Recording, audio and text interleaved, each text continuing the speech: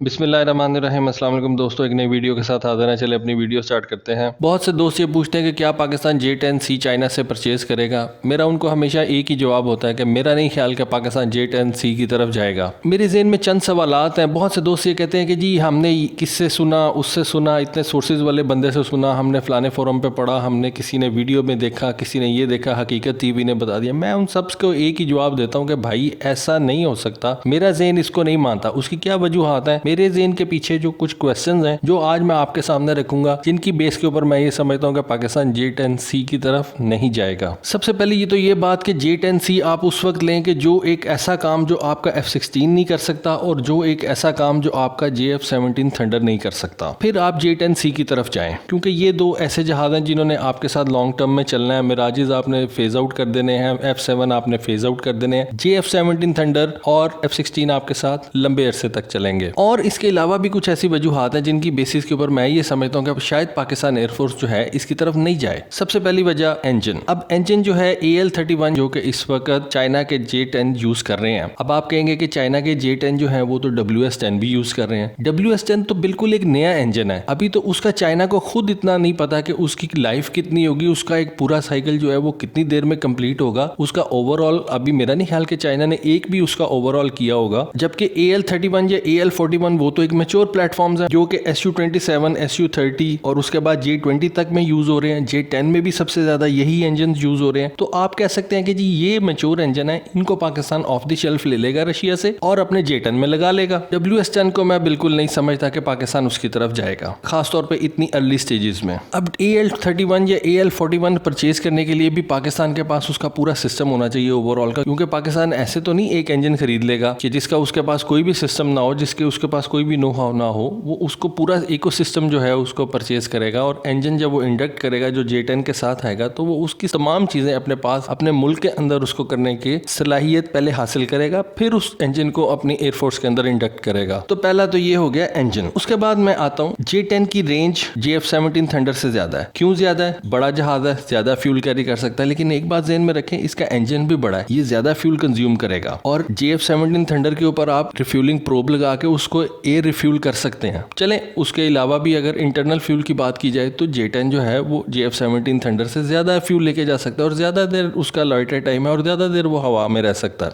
ये एडवांटेज हम J-10 को दे देते हैं। उसके बाद पेलोड की बारी आ जाती है। अब पेलोड की बात करें तो ठीक है, J-10 का इंजन भी ज्यादा हैवी है, उसका वजन भी ज्यादा है और वो ज्यादा हैवी वेपन्स लेके जा सकता है। लेकिन आप मुझे ये बात बताएं कि वो कौन सा वेपन है जो J-10 लेके जा सकता है लेकिन JF-17 थंडर नहीं लेके जा सकता। अब पाकिस्तान के पास नेवल स्ट्राइक के लिए आप कह सकते हैं C-802 मिसाइल है, उसके बाद CM-400 AKG है। ये दोनों मिसाइल JF-17 थंडर दो उठा सकता है, SG-10 उठा सकता है, ये शॉर्ट रेंज मिसाइल उठा सकता है, उसके बाद जितने भी स्मार्ट बॉम्ब्स हैं वो उठा सकता है। कौन सा ऐसा वेपन है जो कि JF-17 थंडर नहीं लेके जा सकता और सिर्फ J-10 लेके जा सकता है, जिसकी वजह से पाकिस्तान J-10 को परचेज करे? इस क्वेश्चन का आप मुझे कोई जवाब दे दें। फिर आ जाएं आप J-10 के हार्ड पॉइंट्स की तरफ। अब J-10 के हार्ड पॉइंट्स अगर आप विकीपीडिया पे जाके देखें तो 11 हार्ड पॉइंट्स लिखे हुए हैं। मैं आपको गिनवाता हूँ। पहले हम बात कर लें JF-17 थंडर के हार्ड पॉइंट्स की, तो वो तो 7 हैं, सबको पता है। 2 विंग टिप्स के ऊपर, 2 विंग्स के नीचे और एक सेंटर लाइन के ऊपर, टोटल 7 हार्ड पॉइंट्स हैं। लेकिन एक बात याद रखें कि JF-17 थंडर का जो ब्लॉक 3 आ रहा है उसके ऊपर 8 हार्ड पॉइंट्स होंगे। एक चिन पॉड होगा जिसके ऊपर आप तुर्की का इसेल्सॉन पॉड जो है वो लगाएंगे। ये बेसिकली चिन पॉड नहीं होता, इसको स्टारबोर्ड साइड या पोर्ट साइड कहते हैं, लेकिन हम अपने अल्फाज में इसको, नॉर्मल अल्फाज में इसको चिन पॉड कह दे। चलें, 8 हार्ड पॉइंट्स हो जाएंगे। जो JF-17 थंडर का ब्लॉक 3 है उसके अंदर 8 हार्ड पॉइंट्स हो जाएंगे। अब बात कर लें J-10 के हार्ड पॉइंट्स की। अब J-10 के जो हार्ड पॉइंट्स स्टेटेड हैं वो हैं 11। अब 11 में मुझे समझ नहीं आती, 11 मैंने आज तक कोई J-10 ऐसा नहीं देखा जिसने 11 हथियार, 11 वेपन्स जो है उसने एक साथ उठाए हों। अगर आपने देखा तो प्लीज उसकी पिक्चर मेरे साथ या वीडियो मेरे साथ जरूर शेयर कीजिएगा। 3 एक विंग के नीचे, 3 हार्ड पॉइंट्स दूसरे विंग के नीचे, एक सेंटर लाइन पे और एक स्टारबोर्ड साइड पे और दूसरा पोर्ट साइड पे, या जिसको आप चिन हार्ड पॉइंट्स कहते हैं, दोनों चिन्स के ऊपर उसके 2 हार्ड पॉइंट्स हो गए, तो ये टोटल 9 हार्ड पॉइंट्स बनते हैं। और मेरा ख्याल है कि पाकिस्तान के JF-17 थंडर के ऊपर ज्यादा किस्म के वेपन्स इंटीग्रेट हो चुके हुए हैं बनिस्बत चाइना के J-10 के। लेकिन आप इसमें भी J-10 को एक एडवांटेज दे सकते हैं कि जी उसके ऊपर 11 हार्ड पॉइंट्स ही होंगे, लेकिन आज तक मैंने 11 हार्ड पॉइंट्स के ऊपर कोई इतने ज्यादा वेपन्स देखे नहीं है। अगर आपने देखे तो प्लीज मेरे साथ पिक्चर जरूर शेयर करनी है आपने। तीसरी बात मैं आपसे ये करूंगा नंबर्स की। अब आप लोग कहते हैं, बहुत से वीडियोस ये बनी कि जी 36 J-10 जो है वो पाकिस्तान खरीदने जा रहा है। आप मुझे वो जहाज बताएं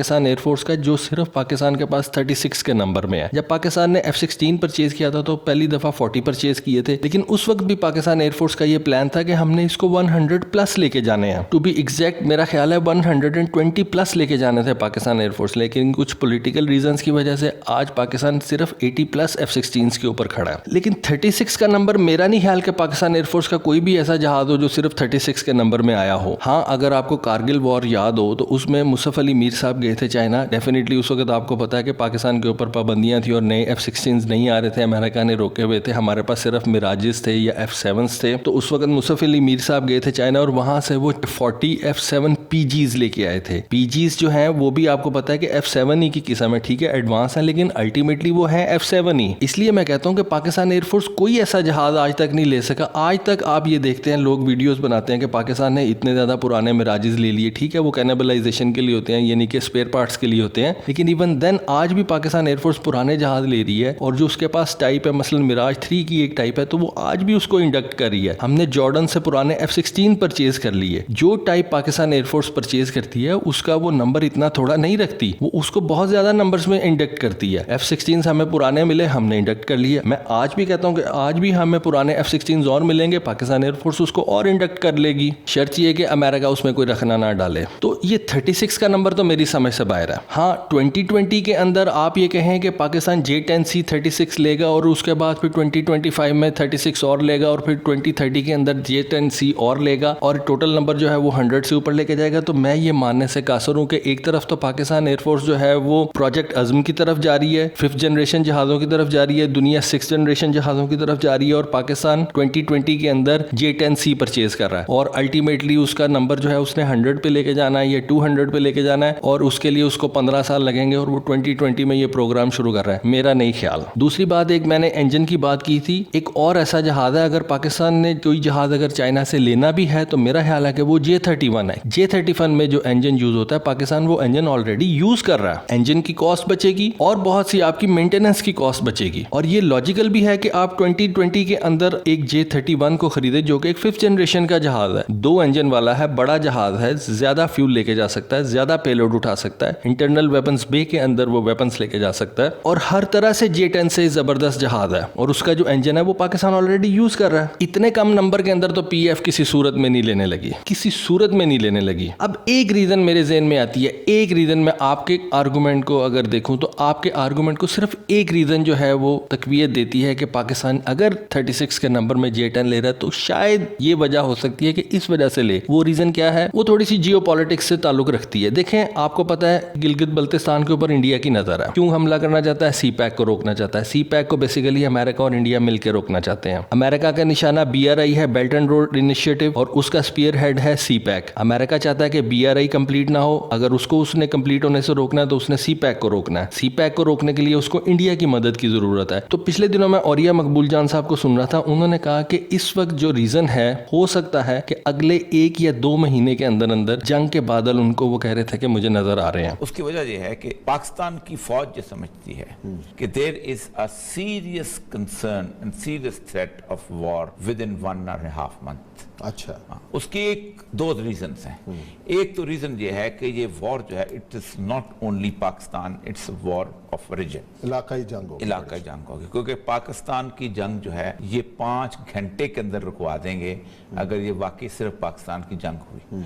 लेकिन अगर इसमें रीजन शामिल हो गया, चाइना बीच में आ गया, और चाइना आएगा क्योंकि जंग पाकिस्तान के लिए नहीं लड़ी जा रही, जंग CPEC के लिए लड़ी जा रही है। अब ये वो एक रीज़न हो सकती है जिसकी वजह से पाकिस्तान एयरफोर्स जो है वो J-10C जहाज़ जो है वो ख़रीद ले, और वो भी इतने थोड़े नंबर्स में। मैं अभी भी समझता हूँ कि ये रीज़न इतनी ज़्यादा स्ट्रॉन्ग नहीं है कि जिसकी वजह से पाकिस्तान J-10C जहाज़ खरीदे, लेकिन अगर जंग का बहुत ज़्यादा ख़तरा हो तो पॉसिबल है कि पाकिस्तान एयरफोर्स जो है वो अपने किसी भी मिशन को कंप्लीट करने के लिए J-10C जहाज़ों को इतने थोड़े नंबरों में चाइना से ले। इसके अलावा मुझे कोई और रीज़न नज़र नहीं आती। ये औरिया साहब के जो प्रोग्राम में उन्होंने जो बात की थी उसका क्लिप आप सुन सकते हैं। जंग के मसले मसाइल ना हो तो मेरा नहीं ख्याल कि पाकिस्तान एयरफोर्स जो है किसी भी सूरत में J-10C को खरीदेगी। कोई ऐसा काम नहीं है जो J-10C कर सकता है और PAF का F-16 और JF-17 थंडर नहीं कर सकते। फिर आपने उसकी कॉस्ट ही बढ़ानी है, नया इंजन खरीद के आपने उसकी कॉस्ट ही बढ़ानी है। इंडिया का अगर दिमाग खराब होता है उसका कुछ नहीं कहा जा सकता, मोदी के दिमाग का किसी को नहीं पता। उसके लिए PAF रेडी होगी और हो सकता है कि PAF ने कोई ऐसी वॉर गेमिंग की हो जिसके आज जो रिजल्ट निकलता हो उसमें ये एक ऐसी सिचुएशन आ जाती हो कि PAF को J-10C की जरूरत पड़ती हो और शायद इस वजह से PAF ने ले लिया हो। इसके अलावा मैंने आपसे कहा कि कोई मुझे रीजन नजर नहीं आती कि PAF जो है वो J-10C की तरफ जाए। आप इसके बारे में क्या कहते हैं प्लीज कमेंट सेक्शन में जरूर बताइएगा।